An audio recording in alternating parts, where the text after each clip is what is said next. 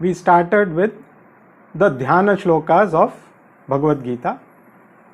Like I had explained, they are not part of the original Bhagavad Gita. Much later, more in recent times, one saint happened to write these Dhyana Shlokas as he was writing the commentary. And these Dhyana Shlokas have now become part of the Bhagavad Gita study because they give you a very good start before you actually learn Bhagavad Gita to understand the concept of Bhagavad Gita in a better way and say our prayers to all the people, basically to the people who are directly involved with Bhagavad Gita teaching. The main characters involved are, as you know, Lord Krishna himself, who gave the teaching, sage Vyasa, who was the commentator who has written the Mahabharata, due respects to Arjuna, because of whom the Bhagavad Gita happened. So these three people are the main people involved in the Bhagavad Gita. So before we actually start learning, we offer our prayers to these people so that the teaching that we are going to have will assimilate. We'll be able to assimilate in a better way, because without the grace of these people, whatever we learn is not going to have too much of effect. Am I audible clearly? Okay. So in this last class, we saw the first 4 verses, starting with Parthaya Pratibodhitam, which was the first verse, and subsequently another 3 verses. Each one is in praise of one particular aspect, either Krishna or Vyasa. Now we will move on to the 5th verse. So we will read the 5th verse. If you have the text, you can just look at it and follow. Vasudeva sutam devam kamsa chanuramardhanam devaki paramanandam krishnam vande jagat gurum. So here again it's in praise of Lord Krishna. This describes various aspects of Lord Krishna. Vasudeva Sutam, he is the son of Vasudeva and he is also known as Vasudeva. Being the son of Vasudeva, he is the joy of his mother Devaki Paramanandam. He is the destroyer of evil in the form of Kamsa and Chanura. Kamsa Chanura Mardhanam. He destroyed both these people because they were the embodiments of evil. So this is different aspects of Krishna which we all know. Just to refresh our memories, the author is again to bringing back the glory of Krishna so that we can appreciate better. And he also concludes by saying Krishnam Vande Jagat Gurum. So Jagat Guru means the teacher of the world, the Guru of the world. Now when you say Jagat Gurum, the teaching has to be universal. It cannot be something localized. So what it says is Bhagavad Gita is meant for every being in the world. It is not just for Indians or not for Hindus. Every being, every human being can benefit from knowing Bhagavad Gita because it conveys how one should live and attain that goal. Because ultimately, unless we set a goal in life, it is a meaningless life. So meaningful life should have a goal. And meaningful life will happen only when you have a disciplined life. So all these things are connected And Krishna is going to again elaborate in the Bhagavad Gita on how to live that kind of a life which will lead you to that goal. So that is why he is called Jagat Guru. So this verse is just to bring out the universal factor of Bhagavad Gita, I would say. So every being, every human being, or in fact, see, we have these varnashramas, if you know, Brahmanas, Kshatriyas, Vaishyas and Shudras. It was purely based on the firstly intellect. Actually, if you see worldwide, we have the intellectual class, we have the ruling class, we have the business class, and we have the working class. So this varnashrama is there universally. Everywhere in every country, this varnashrama is there. Only thing, they don't call it Brahmana or Kshatriya or Vaishya or Shudra. But people all over the world can be categorized into these four sections. And it is how each one should live as per their varnashrama is also going to be explained by Krishna. So this is what this particular verse conveys. So our salutations to Krishna, who is the Jagat Guru. Now let us move on to the 6th verse. Bhishmadrona tata jayadratha jala Gandhara nilotpala Shalyagrahavati kripena vahani Karnena velakula Ashwathama vikarna ghora makara Duryodhana vartini Sotirna khalu pandavai rananadi Kaivartakah Keshavaha. So here in this verse, the battle is sort of likened to a river. So the author explains how this battle is like a river. A river normally has two banks. So he says Drona and Bhishma are the two banks, because the banks only guide the path of the river. So these two elder statesmen were guiding this war.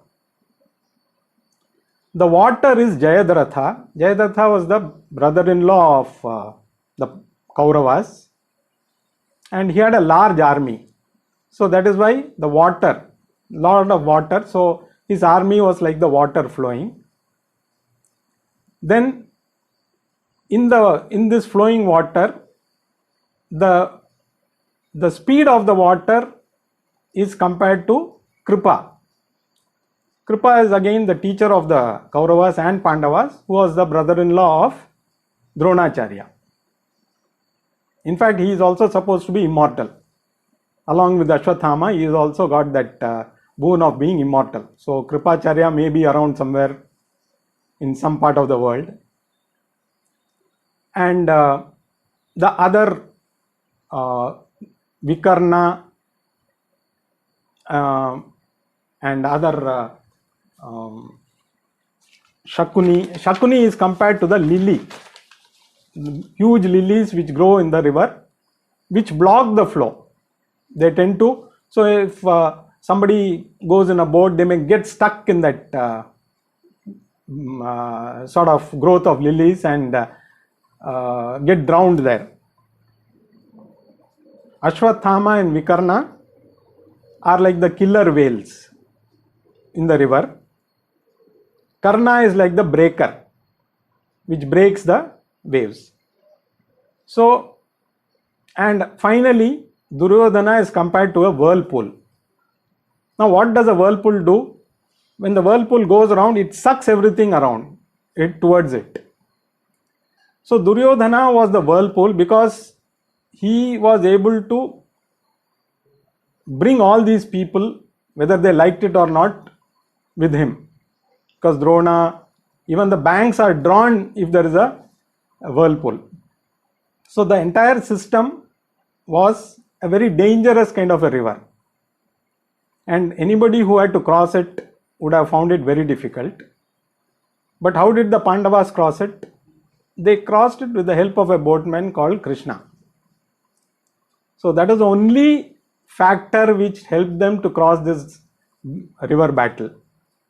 Because on their own, even with a bigger army, they may not have been able to cross this river, because the warriors on the other side were no less than them.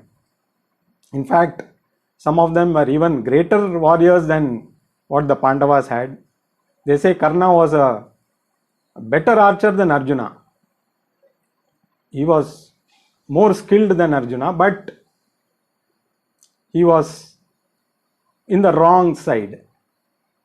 And with Krishna as the boatman, the Pandavas could cross this very dangerous river. So that is the again our prayers to Krishna, because he could take the Pandavas across this such a dangerous river. So if we believe in him, he will take us across this river of samsara. So that is what the author is implying. So this is the gist of this particular verse. Now let us read the next verse, which is the 7th verse. Mukam karoti vachalam. Sorry, before that. Pararshaiva vachasarojamamalam Githartha gandhotkatam Nanakhyan kesaram harikatha Sambodhana bodhitam Loke sajjana shatapadeiraharaha Pepiyamanam muda Bhuyad bharata pankajam kalimalam Pradvamsinam shreyase. Now this particular verse is to glorify the Mahabharata itself. As we all know, Mahabharata is one of the such a great epic. There is nothing else which can match it. It consists of 100,000 verses, and it has got everything that one can wish to know. So here the author says the Mahabharata is like a lotus. See, lotus normally blooms in water. So this lotus bloomed in the water of words uttered by Vedavyasa. So he was the one who is responsible for this lotus. So his words are like the water in which this lotus bloomed, called Mahabharata. And the fragrance of this lotus is Bhagavad Gita. The fragrance is subtle, but the fragrance is something which is divine. So in this words of the water of words coming from this great sage Vyasa, the lotus of Mahabharata bloomed with Gita as its fragrance, and anybody could partake from this. So normally you find bees hovering around the flowers, gathering the essence of the flowers, so to say. So here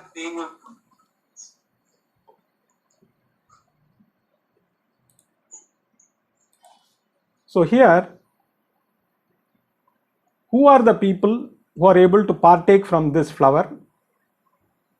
The one whose minds are elevated, who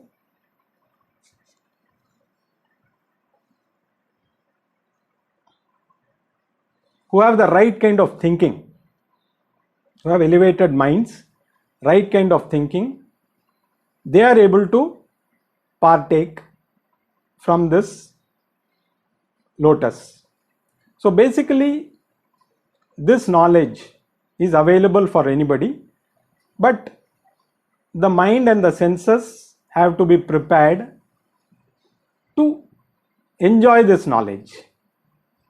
So there is no restriction on who should study Bhagavad Gita. It is available to everybody, but it should be, the person should be ready. So the more you gain control over your senses and sense organs, the more your intellect will be ready to absorb this knowledge. So we need to prepare ourselves, and how to prepare, again, Krishna is going to explain in the Bhagavad Gita. So basically, first we should have the interest. Once we have the interest, then along with the knowledge, we also need to prepare our mind. For example, if you want to sow anything, unless the ground is prepared, if you just throw the seeds, it is not going to grow. You'll only get weeds. So we need some preparation of the mind, and it is not something which we cannot do. Everything is possible provided we have the inclination to do. So basically, again, we need to keep our mind receptive to this knowledge.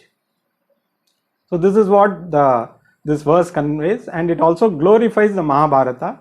Like I said, it is a glorious epic. They say you need not study psychology if you study Bhagavad Gita. If you study Mahabharata, because unlike the Ramayana, where the characters are very limited, it's a very simple story. Mahabharata is a massive story.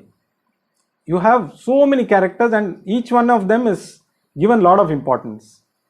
So we can identify ourselves with many of these characters. In fact, the very Bhagavad Gita starts with Arjuna, with whom we can identify his problems. So that's how we are going to start the Bhagavad Gita. So it has everything. It has got drama, it has got whatever you name nowadays in movies, what you expect, it has got everything. So it's a grand epic, and the essence of it is the Bhagavad Gita. So finally, it also gives you the knowledge which will take you to the ultimate goal. And it has got so many sub-stories also. If you read the Mahabharata, there are so many sub-stories. In fact, a lot of teachings. You must have heard of that conversation between the Yaksha and Yudhishthira. That is also by itself separate teaching. Like this, it's a massive work. I mean, amazing. In so many thousand years back, such a great epic could be written. So only a person with a clear mind and knowledge like Vedavyasa could have written this epic. So Mahabharata is something which by itself is great, and Bhagavad Gita is part of Mahabharata. So Mahabharata has to be praised because it has given Bhagavad Gita, even otherwise. So that is what this particular verse we understand. Now let us go to the next verse. Mukam karoti vachalam pangum langhayate girim yat kripatamaham vande paramananda madhavam. So this particular verse again is in praise of Lord Krishna. So what it says is,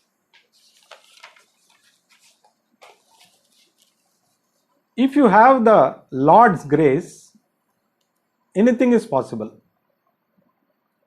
So basically, when we do a prayer, there are two results. One is called the drishta phalam. So when we connect to someone whom we think is omniscient, so we connect to the Lord because we think he can do anything, while we are very limited. That is why we don't connect to somebody who may be okay, slightly better knowledge than us, but then he is not going to, because each one of us has got our own limitation, so we are not going to get much out of it. But when you connect to the Lord, who is all knowing, all pervasive, you feel you will be able to get what you need. So when you pray, at least when you connect, when you have a lot of problems, when you pray, you feel a little relief from your problems. You feel your mind is little more calm. So this is the direct benefit. You also have what is called as the adrishta phalam, indirect benefit. So this comes without us knowing. So all the prayers that we do need not give you a phalam directly. There will be a limited phalam directly, but you get lot of indirect benefits. There are also benefits, but which we won't know at that moment. At some time later, you may see the effect of those prayers. So that is what he says, Mukam karoti vachalam. So people who are dumb, through the Lord's grace, they can start speaking. Pangum langhayate girim. Pangum means a lame person can even cross the mountain if you have the Lord's grace. So we have heard of stories of Kalidasa, who was dumb, but later Saraswati herself came to him, and his poems are known all over. So it happened only because of God's grace. Same thing you can say Valmiki. He was a dacoit by profession. He used to loot people. At some particular point in time, something happened, and we might have heard the story how he changed, and he is considered as the first poet ever to be born in this world. And he could, even before, I understand that even before Ramayana had happened, the verses of Ramayana halfway through were written by him. So that was his glory. So this again happened. So if it can happen to these two people, it can happen to any of us. You need the Lord's grace, and Lord's grace does not come just like that. You have to work for it. So all your actions, everything should be oriented towards that. If that happens, the Lord's grace will follow. You don't work for Lord's grace, but if your actions are in the right way, the Lord's grace happens automatically. So anything is possible if you have this. So that is what the author is trying to convey. A lame can walk, he can climb a mountain, a dumb person can start talking. So again, it is the glory of the Lord which is being described here. Now we move on to the last verse. Yam Brahma Varunendra Rudra Marutah Stunvanti Divyai Statai Vedai Sanga Padakramopanishada Nishadair Gayanti Yam Samagaha Dhyanavastita Tadgatena Manasa Pashyanti Yam Yoginaha Yatyantah na binduh sura sura gana devaya tasmai namaha. So here finally the Lord says, not only the people but even the gods praise this Lord. Brahma, Indra, Varuna, all these people also sing the glories of the Lord. So we can say, okay, they are also gods. So why should they sing the praise of the Lord? So when we say Devata, he is not the ultimate, they are not ultimate gods. Only, in fact, all these, whether it is Indra or whether it is Brahma or whether it is even Surya, all these are actually positions for a limited time. Any of us can also become Indra, but we need to work for it.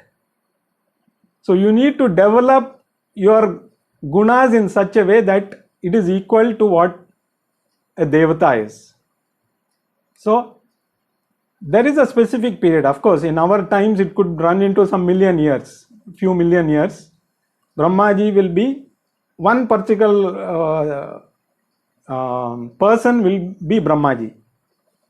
Then somebody else will take over. Same with Lord Surya also. So these are like president of a country. There is a term 4 or 5 years, then a new president comes.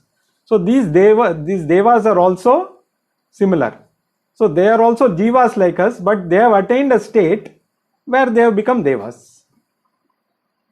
So that is why even they praise the Lord, because he is the one who's the entire world. Not only them, the scholars who chant Samaveda, they also sing in praise of the Lord. Chanting or singing Samaveda, because Samaveda is in singing mode. So all the 4 Vedas, as we know, each one has got a different mode of conveying. One is in prose, one is in poetry. Samaveda happens to be in lyrical form. So though the ones who learn Samaveda have to be well versed in so many things. It is not easy for anybody to just like that chant. So even those people, they sing in praise of the Lord. And not only them, all the high thinking people who have understood the concept of the Lord, who have elevated their minds, who have purified their minds to an extent where they are able to understand the Lord, they also sing in praise of the Lord. So the Lord is someone who is praised by every being, even the devas, whom we also revere. Brahmaji, Indra, Varuna, Surya, all these are gods whom we all revere. But they themselves, they praise the ultimate Lord, who came in the form of Lord Krishna in Mahabharata times. So even they praise all the Veda people who are well versed in Vedas, all the Vedas, they also sang in praise of the Lord. And all the exalted beings with a high level of intellect who could understand the glory of the Lord, they also sang or chanted in praise of the Lord. So that is what ultimately he says, the Lord is everything. So if we connect to him, we will be able to cross this ocean, like how he explained how a river, the river of battle was crossed. We are also going through a similar battle. The samsara itself, samsara sagaram they say, which is the river of samsara, which we all need to cross. We are all in this at this moment. So we need to find the right boatman, and we also know who's the right boatman. If you connect you to him, he will take care of you. But the effort has to come from us.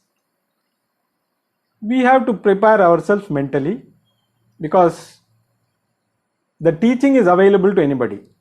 All of us, anybody can learn Bhagavad Gita. There is no caste or creed or sex or anything involved in the person who can gain this knowledge. Everybody at any time can avail this knowledge, but you should be mentally prepared to receive it. So unless your mind is tuned to it, we may not be able to understand or find it useful. So it's a process. So the goal is specified. So first, identifying ourselves with the goal itself is the first. So once we accept, yes, this is the goal, the next one is to achieve that goal. What is the process required? So once you, if we don't identify the goal itself, the process will become meaningless. So to lead a meaningful life, that should be a goal, like I said, and a meaningful life has to be a disciplined life. We cannot do the way we want, because the Shastras has laid down the process that is again given to us. The fortunate factor is the Shastras are available to us anytime, and our Shastras are universal. In fact, people from all over now, so the main wealth that India has is our knowledge, our culture, and that is what people from all over the world are seeking, and they are coming here to gain that. Unfortunately, due to various reasons, we seem to have given up that culture, and normally we like to do what the West says. So maybe it's a positive thing that if West comes here, we also will start appreciating our own culture. So that is what ultimately Bhagavad Gita is. So once we start learning the Bhagavad Gita, Krishna himself is going to give all the ways and means, but the effort has to come from you. Like ultimately, after the Bhagavad Gita knowledge was given to Arjuna, Krishna didn't tell him, okay, now I have told you all these things, now you get up and do the way I tell you. All he said was, I have told you whatever is to be said. It is up to you now to choose what you should do. The choice is yours. It is not my command or my wish. With all the teaching that I have given you, you decide whether you want to fight or not. And ultimately, Arjuna fought with the knowledge. So when he fought with the knowledge, naturally he won. And with Krishna beside him, there was no doubt that he was going to win. So that is what, so now the author had just prepared our mind to get into the main teaching of Bhagavad Gita through this 9 Dhyana Shlokas, which are very good to chant every day. If we chant, they give us some kind of peace. Even if we just chant the Dhyana Shlokas itself, you feel good. So these shlokas can be chanted every day also. So I think the text is available with you, so you can chant them on your own whenever you have the time. So this is about the Dhyana Shlokas. From next class, we will start with the first chapter of Bhagavad Gita. Thank you. So we will do the prayer.